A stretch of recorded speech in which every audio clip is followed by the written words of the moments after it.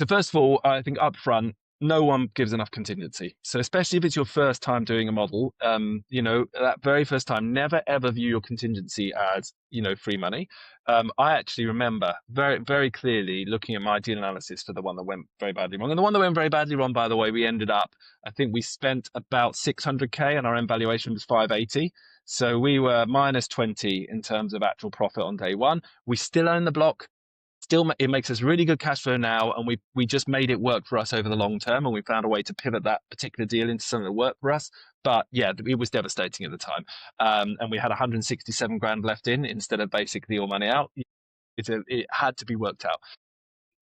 I remember looking at the analysis and saying 20% contingency. Never am I going to spend that. My professionals tell me it's going to be this much. I've allowed this much.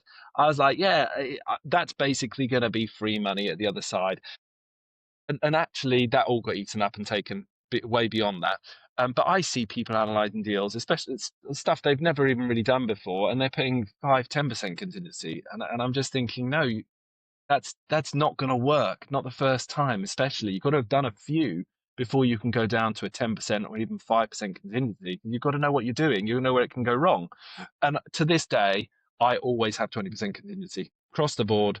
I want that allowance for extra cost, and I know that it's probably going to be spent somewhere in the deal from beginning to end. You just don't know where it's going to go. That's all. So contingency is the big one. So yeah. is there a knock on from that? Is there by not allowing enough for a contingency? Is there a knock on in terms of then paying too much for the property? Yeah, because I think they want to make the deal work.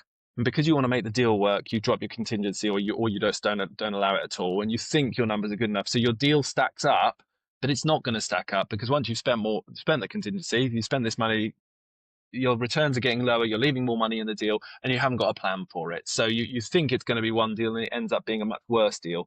And it could have been avoided if you just accepted that you don't know what you don't know yet.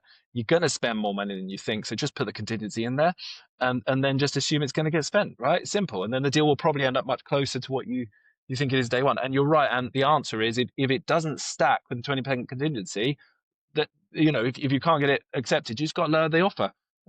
To it's a lower price, asking price. Offer price. And if they don't accept it, that's fine, because if you go up with your price, your deal's not going to work. Is this belief that I don't need a contingency, I'm probably not going to spend that money, I think I know I've got all the numbers sorted, and that it's just not true. Do you think another reason why that happens is people find a deal and they kind of get emotionally attached to that deal as well? That this is close, this is nearly it, I can kind of fudge the numbers a little bit because another one may not come along. This might be the only unicorn. So yeah, I think that you're 100% right on that. There's a sense of worried that you've found it, and if you don't do this one, when's the next one going to be? I think there's got to be a direct mindset shift, and I do find this even with some of our more experienced clients that we work with. I still have to have this chat with them where I'm just like, it's not about trying to make one or two deals work and just putting your efforts into those one or two. It's actually about just having a very quick, easy way to get loads of offers in on loads of properties, so that whatever happens, you've got loads and loads of options out there, and it's the best deals that are the ones that you end up doing. Because if you're focusing on 2 or 3 properties and trying to fudge the figures to make them work, then you've only got 2 or 3 irons in the fire.